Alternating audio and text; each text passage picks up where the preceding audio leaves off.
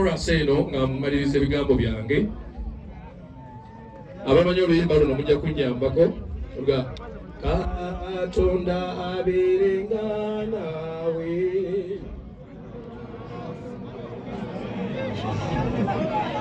kale weeraba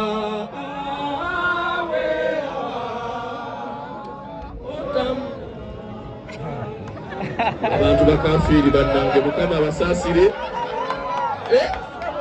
Kale tukubire munafu obugalo bw'amaanyi iyo olugendo lwa lutambudde kati weekyekinge mu ddiini yo ndowooza mulabye obukafiiri obuliwo.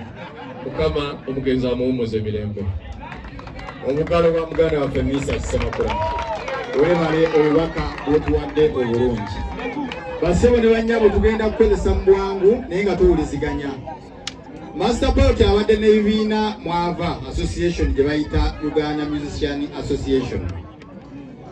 Eyo nga yerinkinga butereevu ku Uganda National Musicians Federation.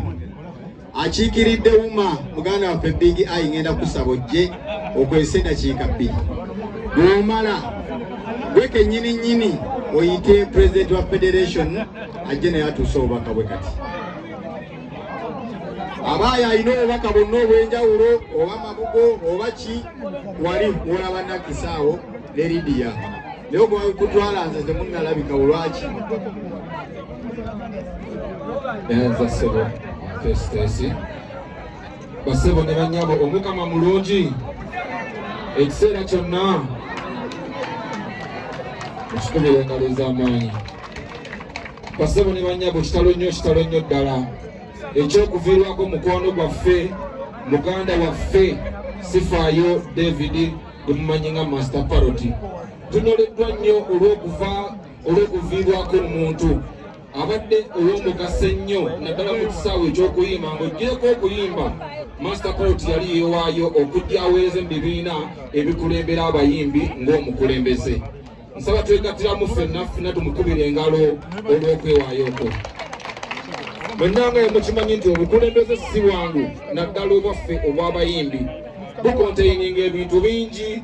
Bakuliisa kino bakuliisa kiri bakwakyuzinga kiri naye yeewaayo. Sigenda kutwala budde bungi naye ngenda kwogera kano katini ku Master Parrot. Master Parrot abasinga mbadde mumanyiko kyakuyimba kyokka naye Master Parrot nange yanneewuunyisa. Master Parrot y'omuntu bwe tubadde nga tufuna olumu ebiwandiiko ebimu abamu nga tubitegeera naye nga waliwo bannaffe abatabitegeera bulungi oba nga beetaaga okumenyeramenyerwamu. Master Parrot abadde omu ku bantu gwe muwa ekiwandiiko najja ng'akimenyamenyamu okutegeeza abalala bonna okuba nga bakifuna bulungi. So tusaaliddwa nnyo olwa Master Parrot okuba nti nno atuvudde ku maaso. Kyensembyayo baganda bange kano bagenda eri music industry yonna kuba ndi wano ku lwa Uganda Musicians Association. Mbasaba tugende mu maaso n'enkola eno ey'obwasseruganda.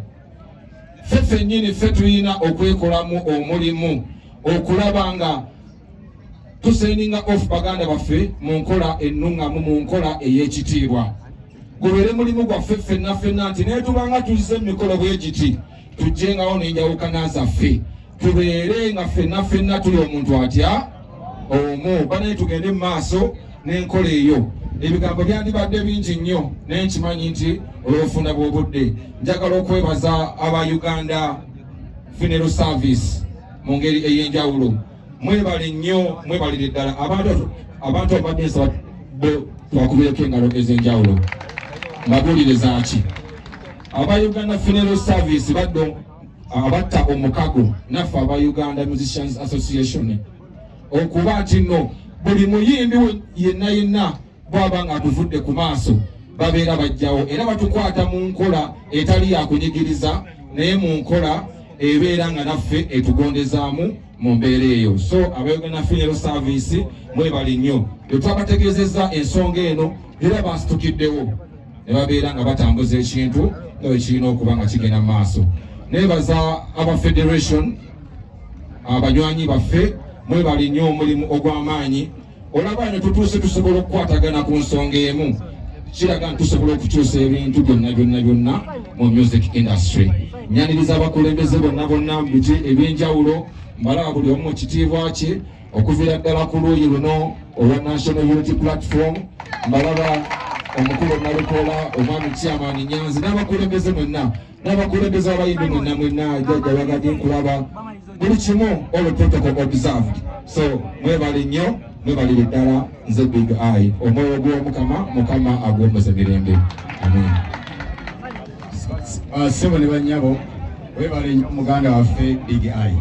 Nja kusaba akadde kano mu kuziika kuno Federation yatekinze over cost yasasudde Uganda Funeral Services. Olwekyo mwebale omulimu ogwo gwe mwakoze ku lwa muganda waffe Master Parrot.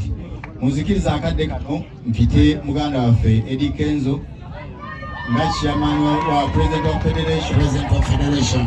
Oje otumala tusale tuddeemu CEO omukulu Kalumba